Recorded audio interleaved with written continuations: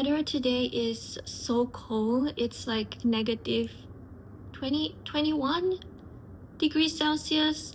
I think that's like 0 or negative 1 Fahrenheit. So it's extremely cold. And I usually spend my weekends at home anyways, but something about it being so cold outside just makes it more cozier to be inside. Anyways, I am currently in the middle of 2 books. In the moment, the first one that I have been reading is Wuthering Heights by Emily Bronte.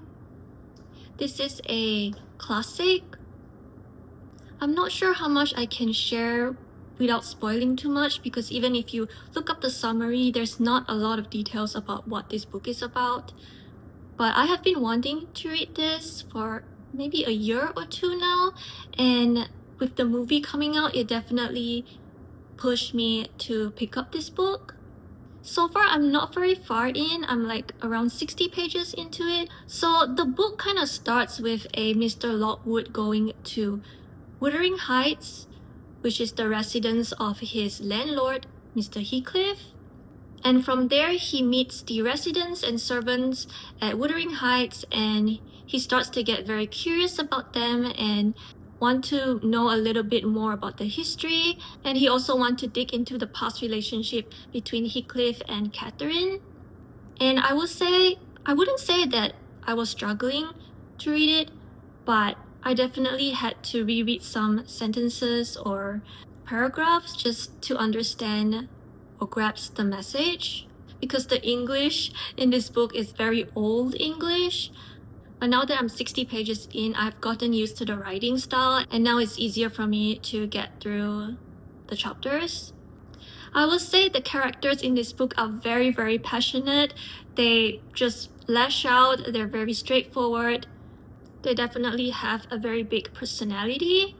Even Lockwood himself, we're learning about the characters in Wuthering Heights through Lockwood's eyes, and even Lockwood himself is a bit of a troublemaker. He likes gossip and he likes to stir the pot a little bit. As I said, I've gotten used to the writing, and now I'm definitely invested in the lives of these characters and their past. I am taking my time with reading Wuthering Heights because I really wanted to make sure that I don't miss any details. I mean, I might still miss some details, but I want to make sure that I know as many details as I can. So it might take me a little bit longer to finish that book. And then the other book that I'm also reading is a standalone dark fantasy romance.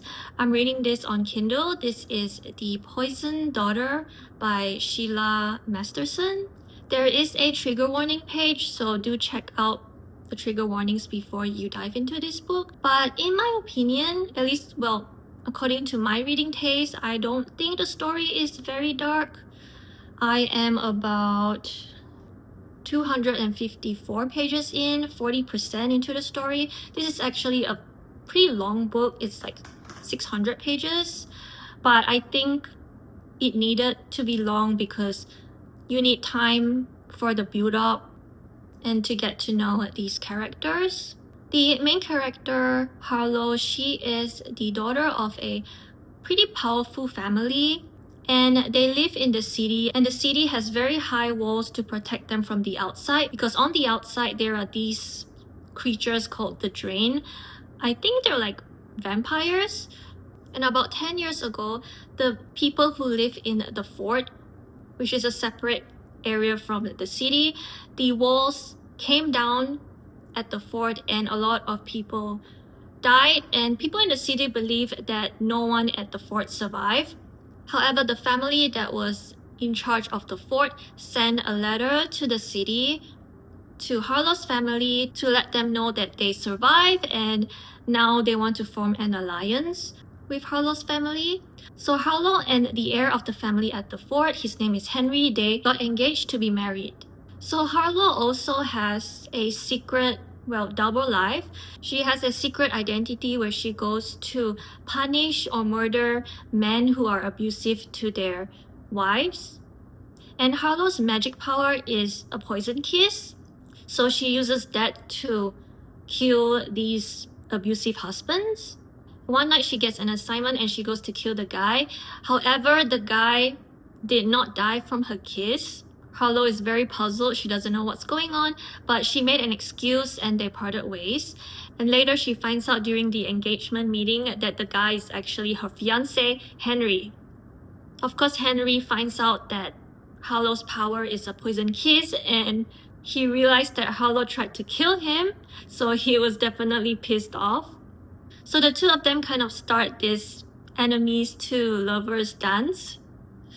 Their banter sometimes make me smile, but other times I do cringe a little bit, especially with the pet names that they use.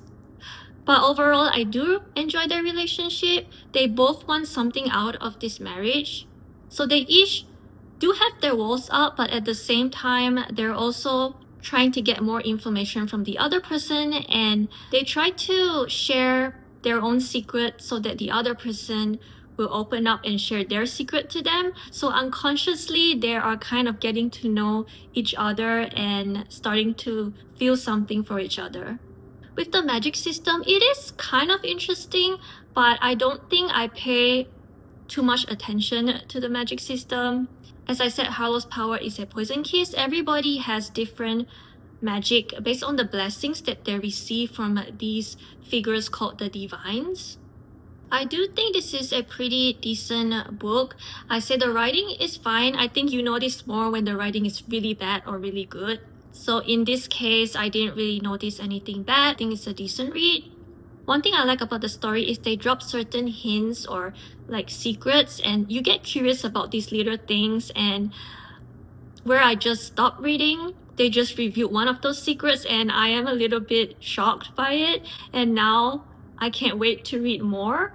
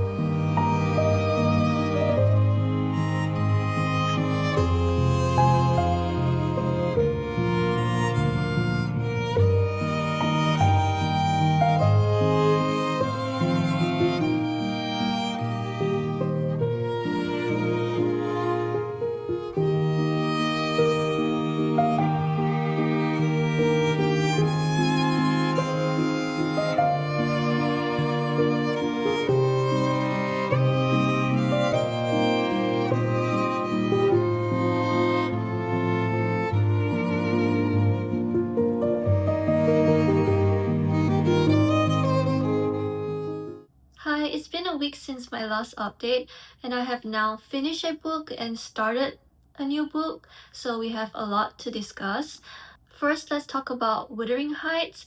I am still in the middle of this book. I have now made it to page 157, so I'm halfway through this right now. I'm still taking my time with reading this. I don't think I'm gonna finish this book in this video, but I am enjoying my reading experience. I don't really have anything else to add to this other than I think the characters are just so passionate and oftentimes not in a good way. Characters are just very selfish and very proud. Catherine is always trying to convince herself and other people that she's doing the right thing. I don't know if people actually act this way in the 1800s. They're just like always over exaggerating the situation or their feelings. But it's definitely an interesting read, and I cannot wait to continue this book and see where the story is gonna end up. And then the book that I finished reading is The Poison Daughter. Overall, I enjoyed this book. The story gets better and better as I continue to read it. I enjoyed the two main characters. I think they have good chemistry. Again, it is that cliche enemies to lovers trope, but I thought the execution was well done. They both have gone through very traumatic pasts. There are a lot of secrets that gets revealed throughout the story, and some of them are quite shocking and painful. There's definitely one that made me tear up a little bit.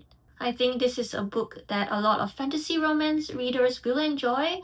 But again, this is dark fantasy romance, so definitely check out the trigger warnings and tread carefully. Oh, and I forgot to mention one more thing is that the main characters are in their 30s. So if you want a fantasy romance with older characters, then you will get that in this book.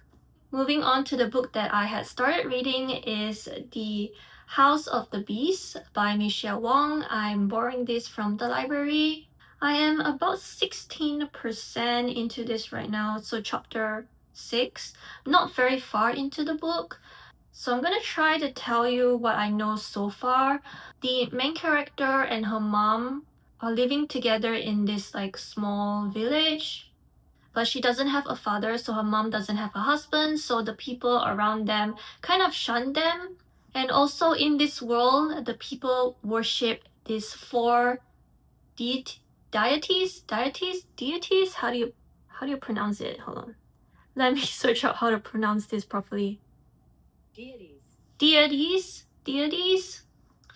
Anyway, the people worship these four like godly figures, and there are also four main houses that serve each of these gods. Back to our main character. So her mom got sick, and as she was trying to write a letter to this school of medicine to get some help, she stumbles upon a letter from her biological father. So she decides to also write to him to get help for her mom. So the father shows up at her home and tells her that he's gonna help find cure for her mother as long as she agrees to go with him to his home and get some training and serve as a vessel to the god that they are serving. So she agrees, and we follow her as she tries to navigate through, her new home and new environment. So the god that their house is serving is like some warrior beast or something, and she eventually develops a connection with the beast. And I don't think it's a spoiler because it mentions in the summary here that her mom passes away. So she has this like anger and vengeance inside of her that she just wants to release. I will say though that I'm not super invested in the story yet, but I'm gonna try to read more today, and then I will come back and let you guys know more of my thoughts.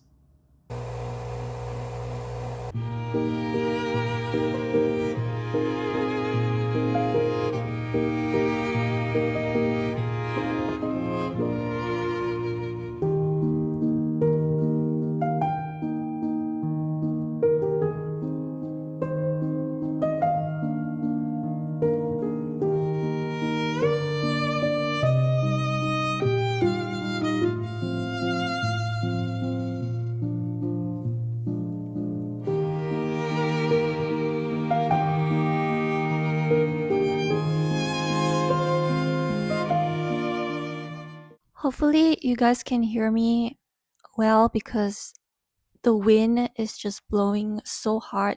I can hear it so loud even inside the apartment right now. Anyways, I have finished reading House of the Beast, so let's discuss my final thoughts on this book. At my last update, I mentioned that I wasn't super invested in the story.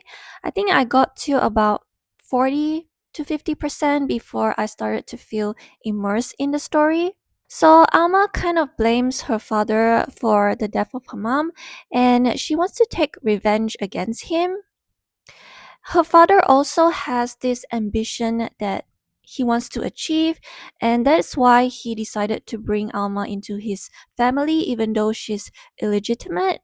So the revenge and this ambition that her father has are kind of like the two main drives of the story.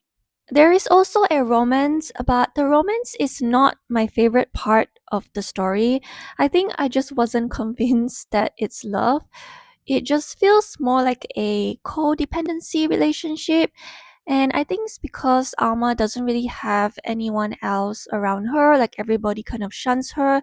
So she kind of clings to this,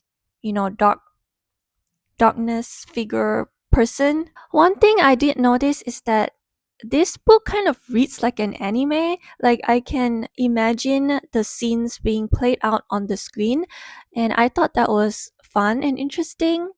And then I don't think it's like super horrific. However, there are some gruesome scenes, and I was a little bit surprised. So maybe know that going into this book. Yeah, overall, I thought this book had a lot of potential. I am definitely interested to check out more books by this author.